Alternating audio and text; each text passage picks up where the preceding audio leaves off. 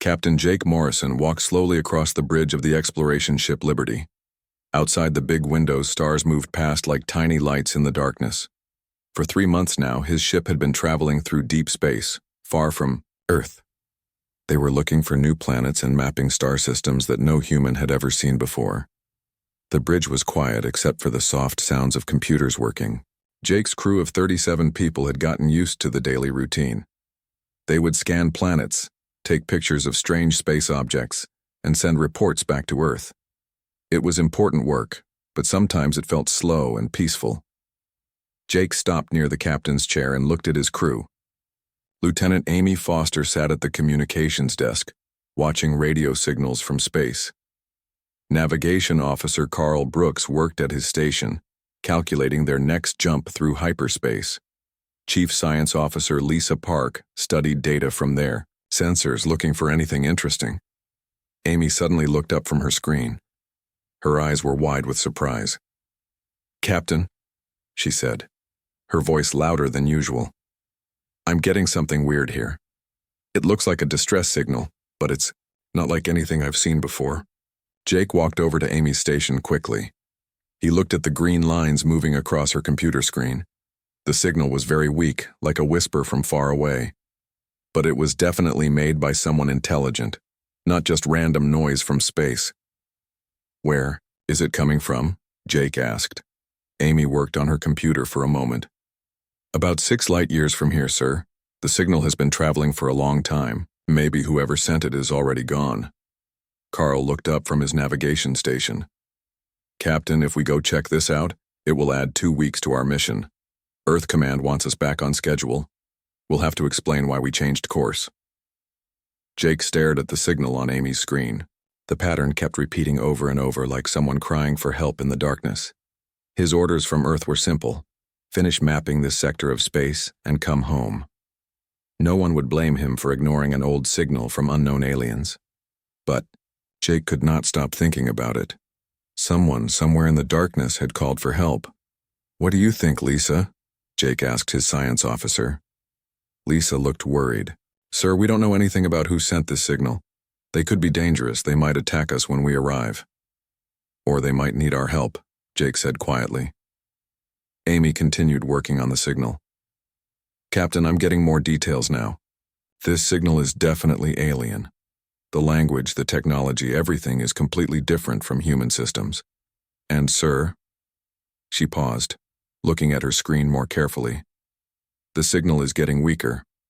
If someone is still alive out there, they might not have much time left." Jake felt his heart beat faster. In all his years as a space captain, he had never found alien life before. No human had ever made contact with another intelligent species. This could be the most important moment in human history. But it could also be a trap. Carl spoke up again. "Captain, even if we help them, what can we do? We're just one small exploration ship. We don't have weapons for fighting or medical supplies for aliens or extra food for refugees." "We won't know what they need until we get there," Jake replied. "Oh." Bridge became very quiet. Everyone was thinking about the same thing. They were millions of miles from Earth, alone in the darkness. If they went to help these aliens and something went wrong, no one would be able to save them. But Jake remembered why he had become a space captain. It was not just to explore new worlds or make maps of star systems. It was because he believed that humans should help others when they could, even if it was dangerous, even if it was difficult. "Amy," Jake said, "can you tell anything else about the signal?" Amy worked on her computer again. "I'm trying to translate parts of it, but it's very hard. The computer thinks some of the words might mean help and dying and maybe children, but I could be wrong. Children." Jake felt a cold feeling in his stomach. If there were alien children somewhere in space, slowly dying while their parents sent desperate calls for help, how could he just fly away? Jake looked around at his crew. Amy was still young, only 25 years old, but she was the best communications officer in the fleet. Carl had been flying spaceships for 15 years and never made a mistake.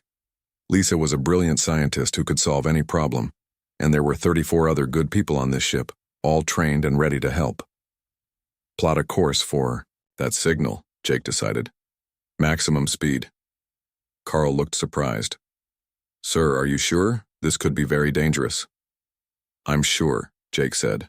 We're going to see if we can help. Lisa shook her head.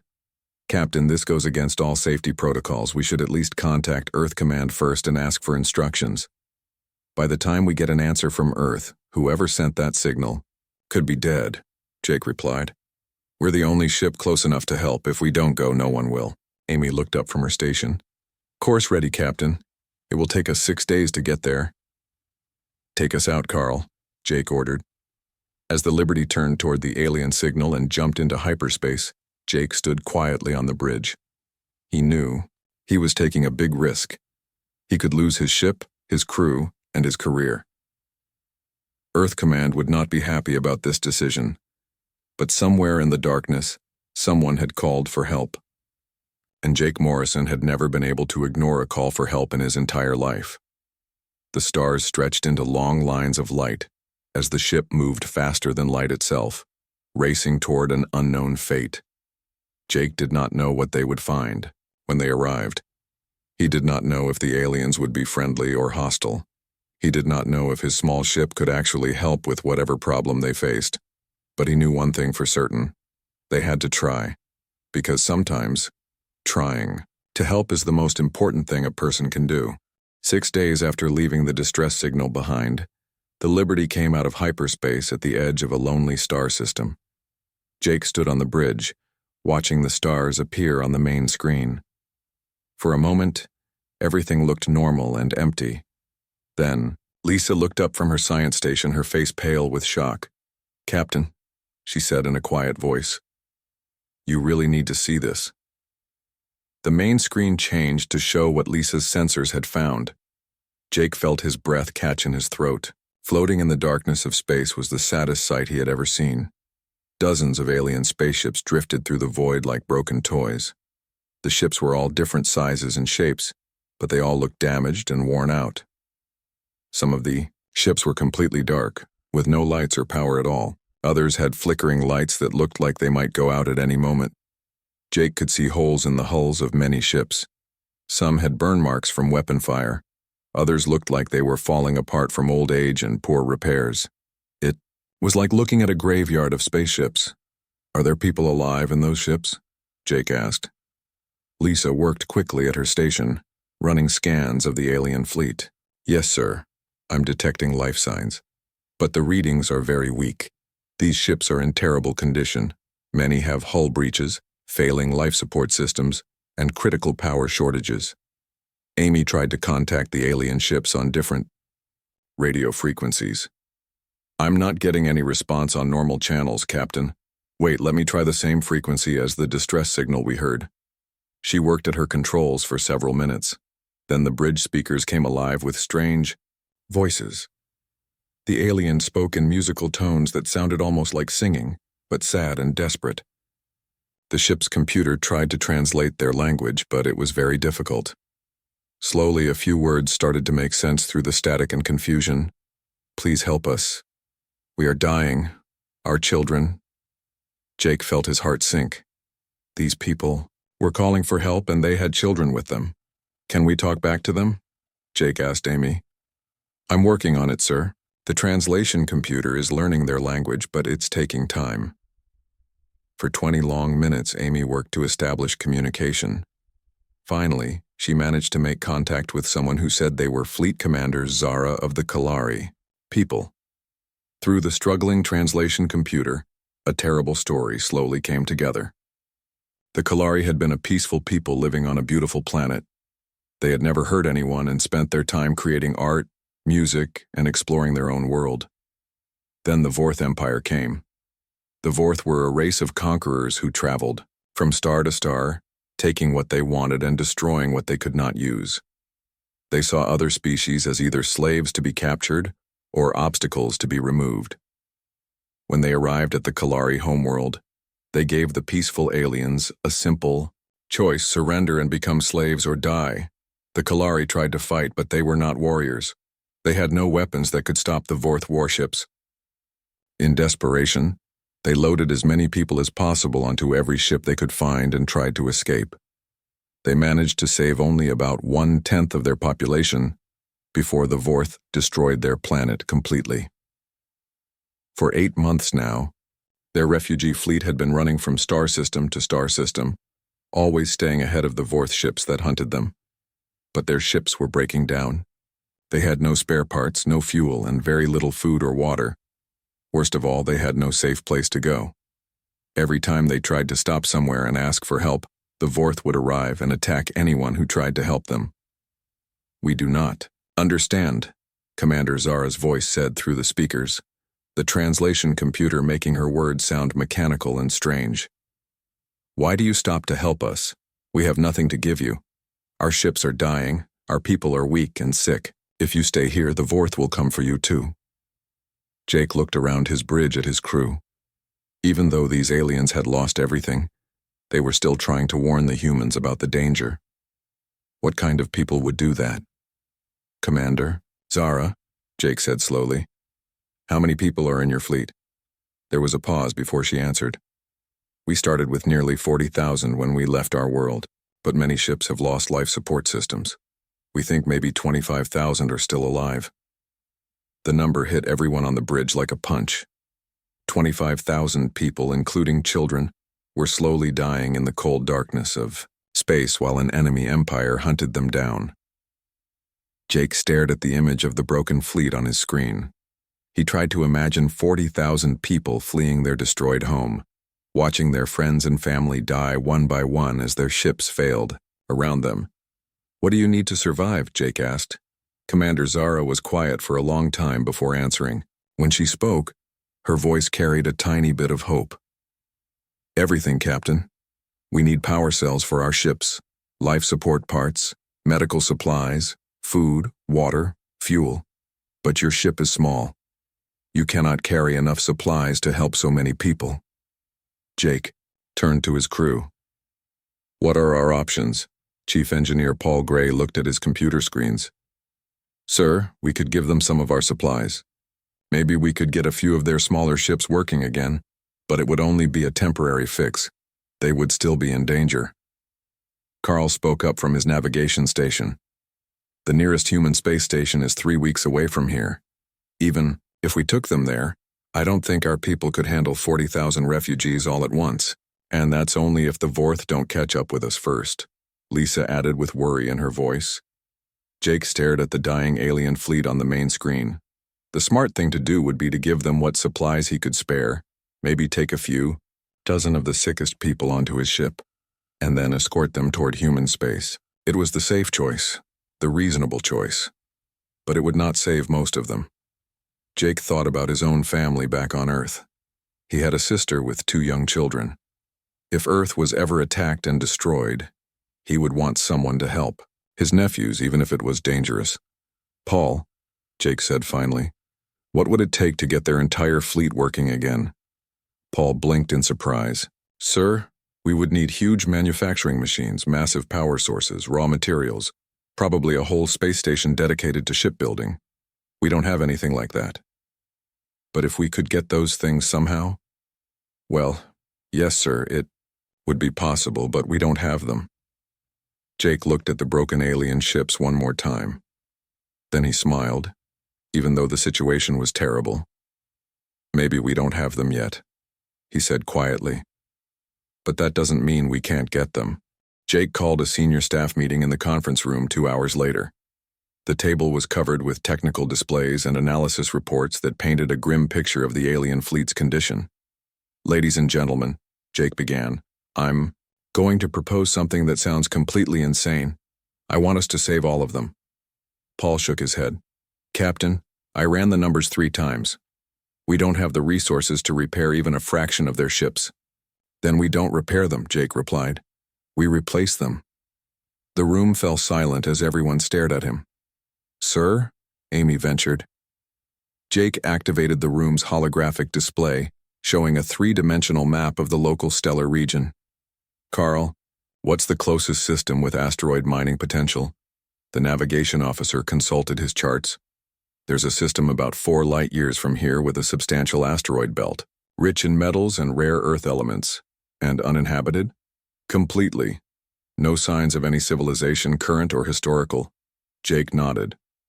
Lisa, how long would it take to convert the Liberty's fabrication systems to produce basic spacecraft hulls?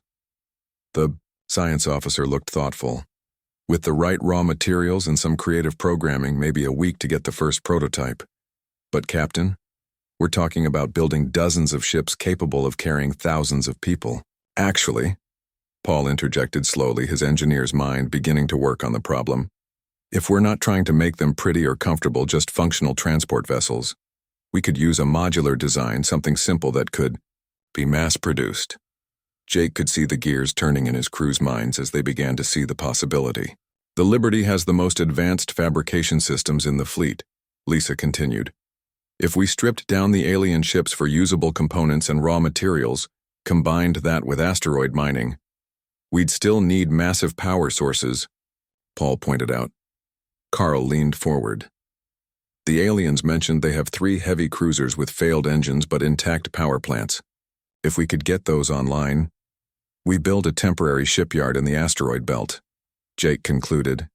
Use the alien ship's power plants, our fabrication technology, and local raw materials to construct a new fleet of simple but reliable transport vessels. Amy looked up from her calculations.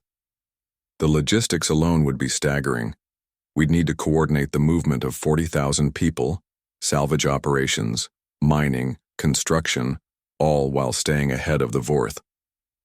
About that, Jake said, grimly. We need to assume the Vorth will find us before we're finished. We need a plan for that too. What followed was 72 hours of the most intense planning session any of them had ever experienced. The crew of the Liberty worked in shifts, catching sleep when they could, as they developed what would later be called the most audacious rescue operation in human history. The plan required everything to go perfectly. They would escort the alien fleet to the asteroid belt, where the healthy ships would begin mining operations while the Liberty started converting raw materials into hull plates and basic components. Teams of humans would transfer to the alien vessels to repair critical systems and train the Kalari in human engineering techniques. Meanwhile, volunteer crews would work around the clock to construct a new fleet of simple but sturdy vessels designed for one purpose: getting the Kalari to safety. What about the Vorth? Lisa asked during one planning session. Jake's expression hardened. We'll deal with that when we have to. The next morning, Jake opened communications with Commander Zara. Commander, we have a proposal for you. When he finished explaining the plan, there was a long silence from the alien fleet. You would do this for us? Zara finally asked. Risk your own people to save strangers you met only days ago? Yes, Jake replied simply. But why? We are not your people. Our conflict is not your war. You gain nothing from helping us. Jake looked around the bridge at his crew, all of whom had volunteered for this mission despite knowing the risks. Commander, where I come from, we have a saying, because someone has to. Sometimes that's reason enough. 3 weeks later, the asteroid belt had been transformed into a bustling construction zone. Human and Kalari crews worked side by side, their initial language barriers overcome by the universal language of shared purpose. The Liberty had been reconfigured into a mobile factory, its fabrication bays working around the clock to produce hull sections, life support systems, and basic propulsion units. The Kalari had proven to be quick learners, adapting human techniques to their own understanding of technology and creating hybrid solutions neither species could have developed alone. Salvage teams had stripped the most damaged alien vessels down to their useful components, while others worked to restore the ships that could still be saved. The 3 heavy cruisers now served as power stations for the entire operation, their massive reactors feeding energy to dozens of construction platforms. Amy looked up from her communications console. Captain, we've got 27 new transport vessels completed and another 15 under construction. At current pace, we'll have enough ships for the entire population in another week. Jake nodded, but his expression remained tense.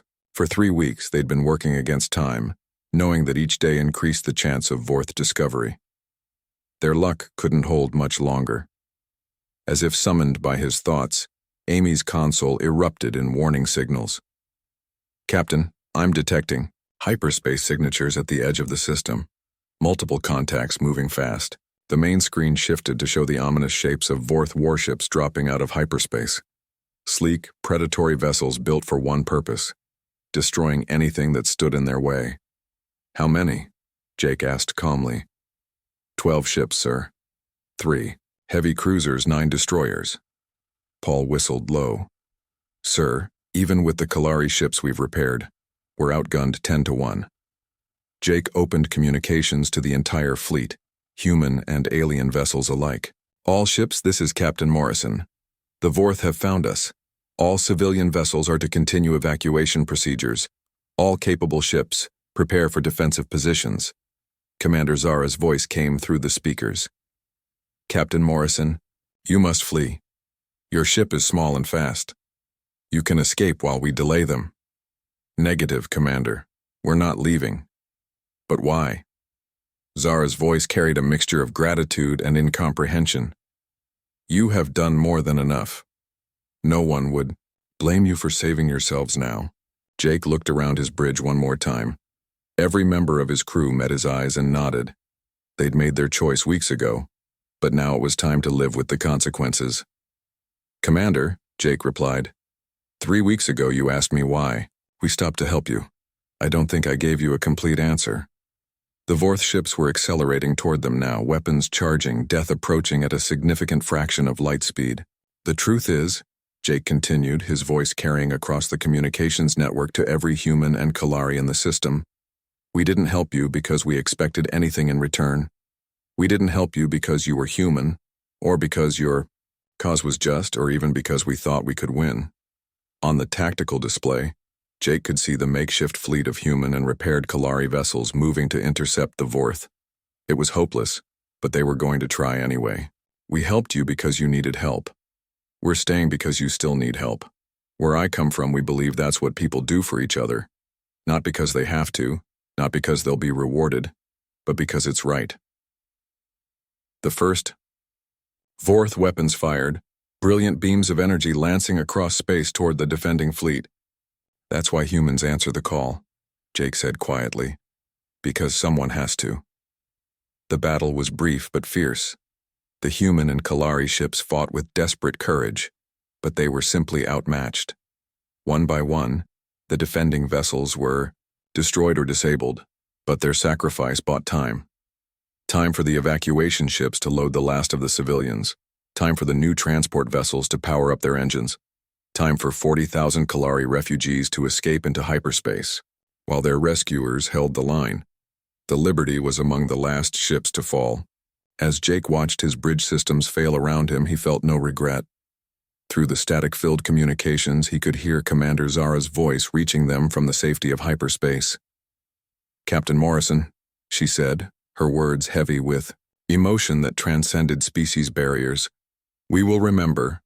We will tell our children and their children why the humans answered our call. We will remember that when the universe was dark and cold and full of predators, there were still people who chose to help strangers simply because it was right." Jake smiled as the Liberty's systems finally failed. They had answered the call. They had saved 40,000 lives. They had shown the galaxy that there were still species who would risk everything to help others. In the end, that was enough. Epilogue: 5 years later, the Kalari had established a new colony world far from Vorth space. They had rebuilt their civilization with a new understanding of what it meant to help others. When other refugee fleets arrived at their borders, fleeing the Vorth expansion, the Kalari never turned them away. They had learned from the humans that the most important question wasn't whether you could afford to help, but whether you could afford not to. And in the deepest archives of their new world, they kept detailed records of the Battle of the Asteroid Foundries, ensuring that future generations would know about the human crew of the Liberty, who had answered their call when no one else would. The galaxy was still full of predators and darkness, but now there were more voices ready to answer when someone called for help. Because someone has to.